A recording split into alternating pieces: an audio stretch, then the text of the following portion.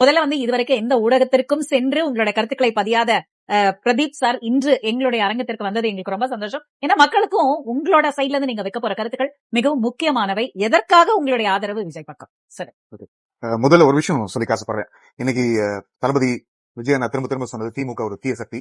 அது கண்டிப்பா மக்களுக்கு ஞாபகப்படுத்தணும். திமுக ஒரு தீய சக்தி, கண்டிப்பாக தமிழகத்திலிருந்து அகற்றப்பட வேண்டிய ஒரு சக்தி.